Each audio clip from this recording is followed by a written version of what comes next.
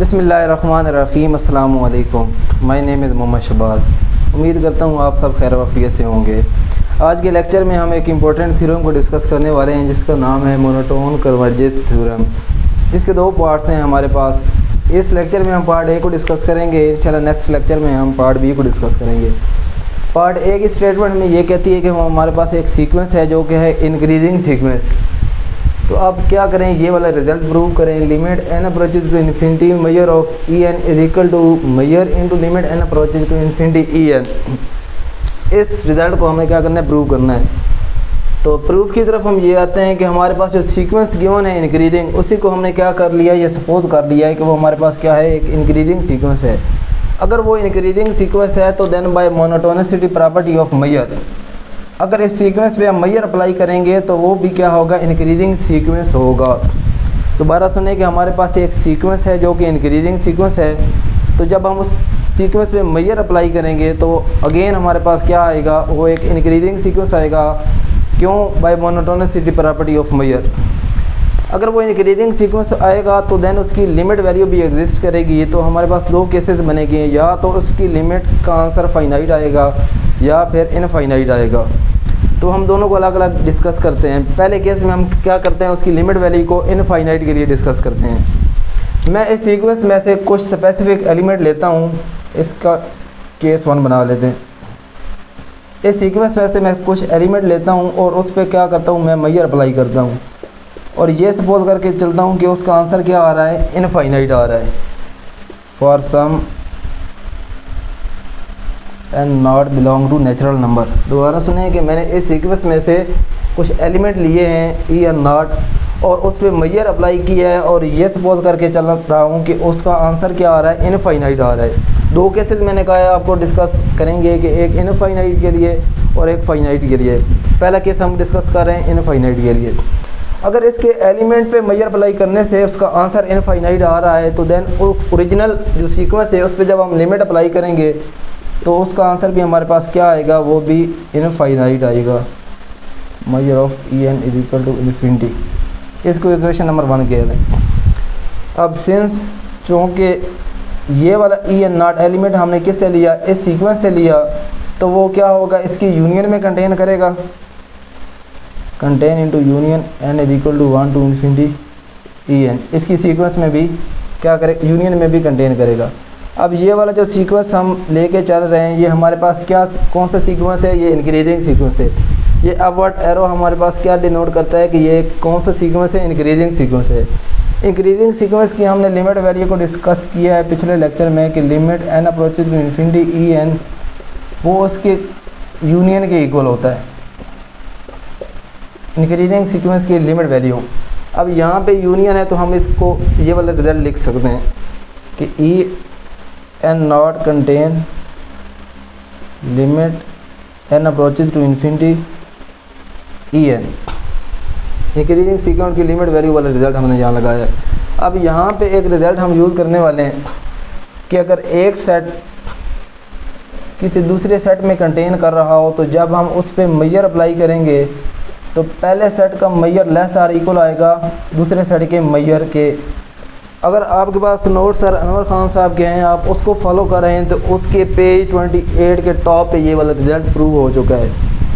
दोबारा सुने कि अगर एक सेट किसी दूसरे सेट में कंटेन कर रहा हो तो जब हम उस पर मेजर अप्लाई करेंगे तो पहले के मेजर दूसरे के लेस आर इक्वल आएगा।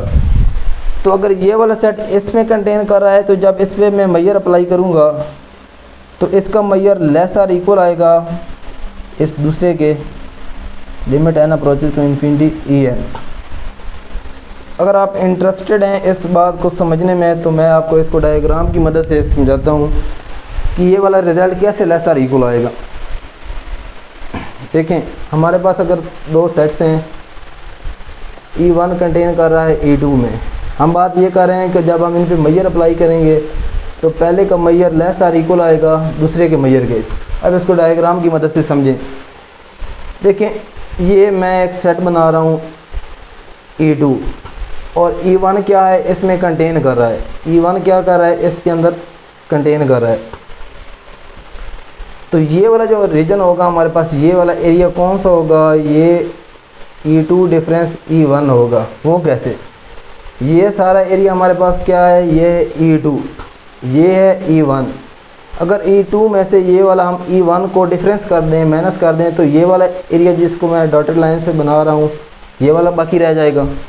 ठीक है, अब यहाँ पे एक रिज़ल्ट मैं इक्वल करने जा रहा हूँ, उसको आप समझें। अगर मैं करूँ E1 का यूनियन कर लूँ इसके साथ, E2 डिफरेंस E1 के, इसके साथ मैं यूनियन कर लूँ E1 का, ये वाला कौन सा रीजन था, ये लाइंस वाला रीजन था। अब इसके साथ मैं यूनियन शामिल कर दूँ E1 को भी, तो ये कंप्लीट E2 नहीं बन जाएगा। दोबारा देखें, ये कंप्लीट हमारे पास क्या चीज़ है, E2 है, ये हमारे पास E1 है। E1 इसके अंदर क्या कर रहा है, कंटेन कर रहा है। तो ये जो लाइंस वाला रीजन है इसको मैं कैसे लिख सकता हूँ, E2 difference E1 mean E2 में से अगर ये वाला मैं रीजन निकाल दूँ तो बाकी ये वाला रीजन रह जाएगा। ओके हो गया। अब अगर इस रीजन में मैं शामिल कर दूँ, यूनियन कर दूँ E1 का, तो दोबारा ये E2 कंप्लीट आ जाएगा। उम्मीद है आपको ये पॉइंट क्लियर होगा। अब इन दोनों साइड पे इस पर क्या कर दें, मेजर अप्लाई कर दें। Measure of E2 is equal to measure of E1 union E2 difference E1। अब मेजर की प्रॉपर्टी है कि वो यूनियन को क्या करता है कि वो सम में चेंज कर देता है और अलग अलग डिस्ट्रीब्यूट हो जाता है। Measure of E1 plus major of E2 difference E1। यहाँ हमारे पास क्या है, मेजर ऑफ E2। अब यहाँ एक और बात समझने वाली है, मैं 5 को लिख सकता हूँ क्या, 5 is equal to 2 plus 3। Result hold कर रहे हैं 2 प्लस 3 5। अगर ये मैं 3 को पॉजिटिव कंसिडर करके इसको स्किप कर दूं तो यहाँ से मैं ये लिख सकता हूँ कि 5 ग्रेटर और इक्वल टू 2। इसी तरह अगर ये वाली जो टर्म है इसको मैं पॉजिटिव कंसिडर कर लूँ और इसको स्किप कर दूँ तो ये वाली टर्म इससे फिर बड़ी हो जाएगी क्योंकि ये इससे निकल रहा है। तो यहाँ से क्या इम्प्लाइज होगा कि मेजर ऑफ E2 ग्रेटर और equal to measure of E1। दूसरे लफ्ज़ों में क्या होगा कि measure of E1 less or equal to measure of E2। ये रिजल्ट जो हमने यहाँ यूज़ किया, इसको ये हमने देख लिया डायग्राम की मदद से। ये वाला ऐसा थ्योरम के प्रूफ में नहीं है, ये हमने अलग से डिस्कस किया है। आपने इसको स्किप कर देना, ये एज बस अब कंसेप्ट के लिए मैंने आपको बताया है। तो अभी ये इसको मैं रेज करने लगा हूँ।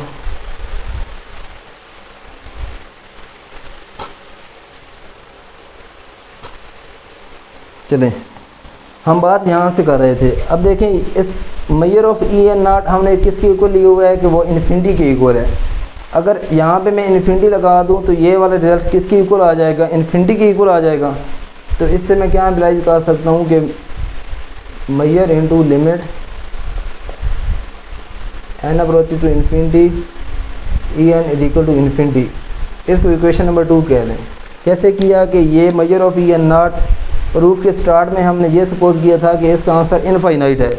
अगर इन्फिनिटी को हम यहाँ पे पुट करें तो ये वाला रिजल्ट किसके इक्वल आ जाएगा, इन्फिनिटी के इक्वल आ जाएगा। अब इक्वेशन नंबर 1 और इक्वेशन नंबर 2 को देखें, इनकी राइट हैंड साइड पे दोनों की इन्फिनिटी आ रही है। अगर इसकी राइट हैंड साइड इक्वल है तो इसकी लेफ्ट हैंड साइड भी इक्वल होगी। 1 एंड 2, 1 में क्या आ रहा है, limit n approaches to infinity measure of En, और इक्वेशन नंबर 2 में क्या आ रहा है, measure into limit n approaches to infinity En। तो ये एक केस के लिए तो हमारा रिजल्ट क्या हो गया, प्रूव हो गया कि हमने उसके स्पेसिफिक एलिमेंट को ये सपोज किया कि जब हम उस पर मेजर अप्लाई करेंगे तो उनका आंसर क्या आएगा, इनफाइनाइट आएगा। तो इनफाइनाइट के केस में हमारा रिजल्ट क्या हो गया है, प्रूव हो चुका है। अब हम केस 2 को डिस्कस करते हैं। वो हमारे पास केस 2 क्या होगा कि उस पर जब हम मेजर अप्लाई करेंगे सीक्वेंस की टर्म पे तो वो हमारे पास फाइनाइट आंसर देगा। अब फाइनाइट के लिए हम केस 2 में डिस्कस करेंगे इस रिज़ल्ट को प्रूव करने के लिए। अब हमारे पास केस 2 क्या बनेगा, मैं ये सपोज अब करता हूँ कि अब उस सीक्वेंस पे जब हम मेजर अप्लाई करेंगे तो वो लेस देन इन्फिनिटी आएगा, फाइनाइट आंसर हमें देगा। यहाँ पे एक दो चीज़ें हम खुद से सपोज करेंगे आगे रिजल्ट को प्रोसीड करने के लिए। Take E naught is equal to 5। ये हमने क्यों सपोज किया, ये आगे रिजल्ट में हमारे पास ये यूज़ होने वाला है। और एक और हमने सपोजिशन करनी है, and define disjoint sequence F n is equal to 1 to infinity। इस तरह का डिसजॉइंट सीक्वेंस हम पिछले लेमा में भी एक इसकी फॉर्मेशन को डिस्कस कर चुके हैं। उसकी फॉर्मेशन में बस थोड़ा सा डिफरेंट है। हमने चूँकि ये खुद से डिफ़ाइन किया है तो इसकी हमने फॉर्मेशन को भी डिस्कस करना है कि ये किस किस्म का है। तो ये कुछ इस टाइप का है कि F1 इक्वल होगा E1 डिफरेंस E नॉट के, F2 इक्वल होगा E2 डिफरेंस E1 के। मीन्स क्या कि हर नेक्स्ट में से प्रीवियस का हम क्या लेते जा रहे हैं, डिफरेंस लेते जा रहे हैं। E1 में से इसके प्रीवियस का डिफरेंस लिया E नॉट का, E2 में से इससे प्रीवियस का डिफरेंस लिया E1 का।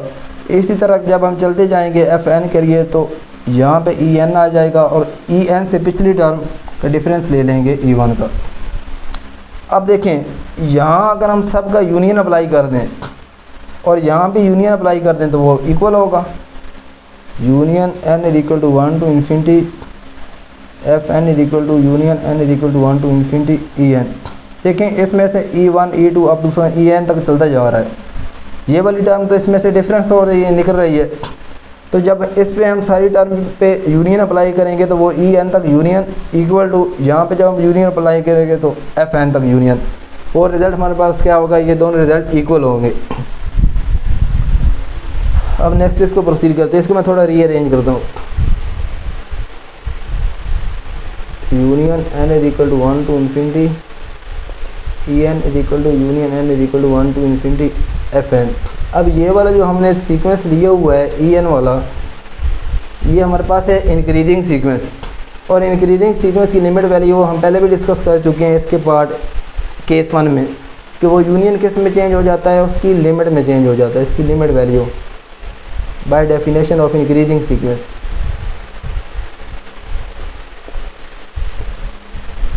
और ये right hand side as it है। अब क्या करें, टेकिंग मेजर ऑन वो साइड, मेजर अप्लाई कर दें दोनों साइड में।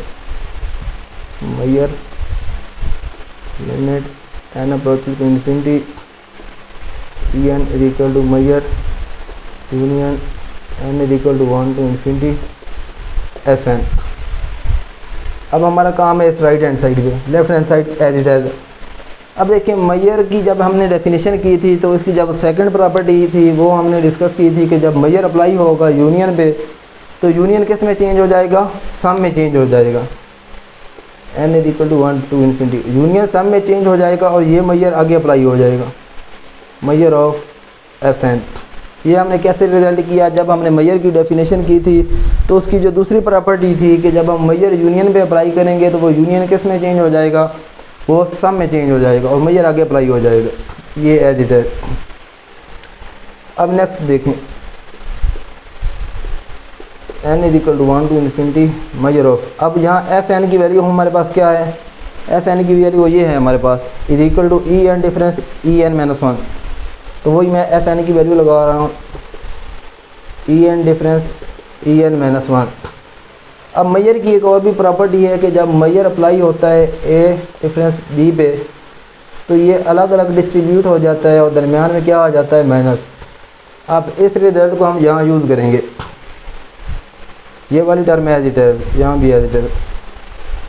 Summation n is equal to 1 to infinity क्या हो जाएगा, measure of En minus measure of En-1। अब ये हमारे पास सम क्या है, इनफाइनाइट में है। अगर मैं इसको फाइनाइट में चेंज कर दूँ, लिमिट लगा के k अप्रोचेस टू इन्फिनिटी और यहाँ वेरिएशन दे दूँ n is equal to 1 to k, तो ये वही चीज़ बन जाएगी सम। अब यहाँ k की जगह मैंने क्या अप्लाई कर दिया है, उसकी लिमिट लगा दी है k अप्रोचेस टू इन्फिनिटी। तो जब यहाँ k को इन्फिनिटी लगाएंगे तो ये वही सम ही आएगा।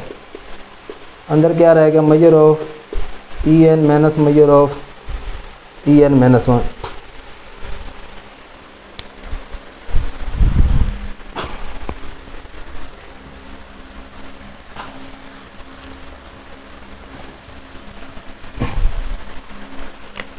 अब नेक्स्ट देखें इसको, ये वाली टर्म मैं दोबारा लिखता हूँ यहाँ की, मेजर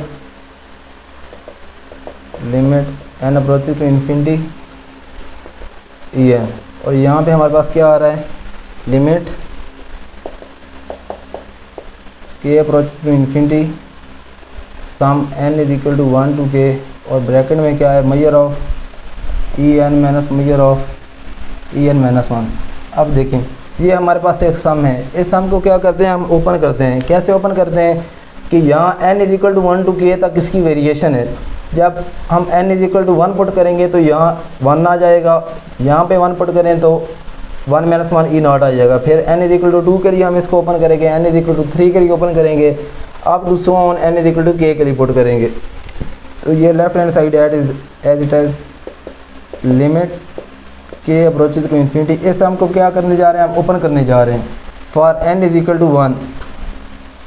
तो जब n इज इक्वल टू 1 हो जाएगा तो ये हमारे पास ब्रैकेट में n की जगह e 1 आ जाएगा, और जब यहाँ 1 लगाएंगे तो 1 माइनस 1 0 हो जाएगा, measure of E N nought, ये n इज इक्वल टू 1 के लिए होगा।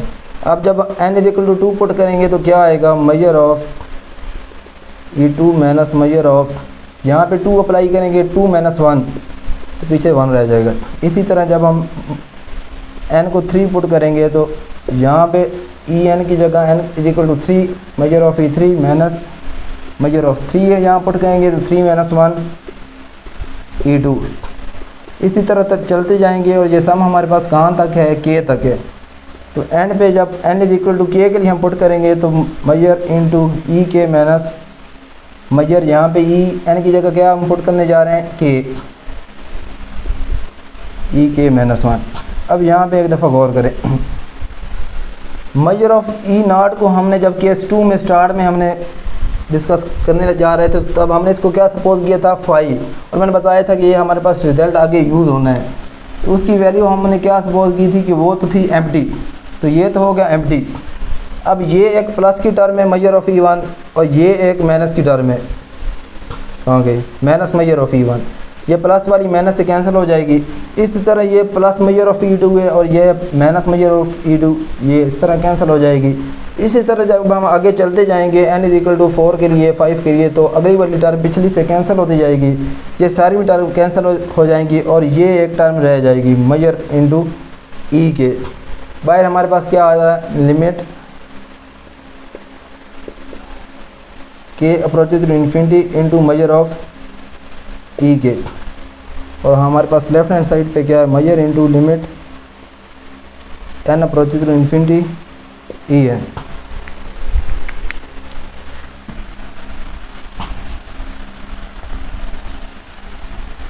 अब देखें यहाँ हम k को क्या कंसिडर कर लेते हैं, डमी वेरिएबल। डमी वेरिएबल क्या होता है कि उसके इंडेक्स को हम किसी और इंडेक्स में चेंज कर सकते हैं। रिज़ल्ट में हमें क्या कौन सा इंडेक्स चाहिए, हमें तो चाहिए n, और यहाँ है k, तो k को हम डमी वेरिएबल कंसिडर करके k की जगह हम इंडेक्स पुट कर देते हैं n, और इसी को अगर मैं यहाँ ले आऊँ तो ये क्या आ जाएगा, measure into limit n approaches to infinity E N is equal to, अब k को डमी वेरिएबल कंसिडर कर रहे हैं तो k की जगह हम क्या पुट करने जा रहे हैं, n, तो ये क्या हो जाएगा, limit n approaches to infinity, k की जगह n लगा दिया और यहाँ पे मेजर इंटू ई एन, और ये चीज़ हमने प्रूव करनी थी। दोनों केस में हमने देखा कि जब हमारे पास मेजर उसका क्या आया, इनफाइनाइट आया, तो तभी हमने ये रिज़ल्ट को प्रूव किया, और जब दूसरा केस हमने देखा कि वो इनफाइनाइट के लिए, तो ये हमारे पास दूसरा केस है। उम्मीद है आपको ये बातें समझ आई होंगी। आप वीडियो को स्टॉप करके एक एक पॉइंट को क्लियर से समझें, इंशाल्लाह आपको ये कंप्लीट समझ में आएगा। फिर भी किसी किस्म का सवाल और क्वेश्चन हो आप कमेंट बॉक्स में लाजमी मुझसे पूछ सकते हैं, और इंशाल्लाह नेक्स्ट लेक्चर में हम इसका पार्ट 2 डिस्कस करेंगे। कितने मिनट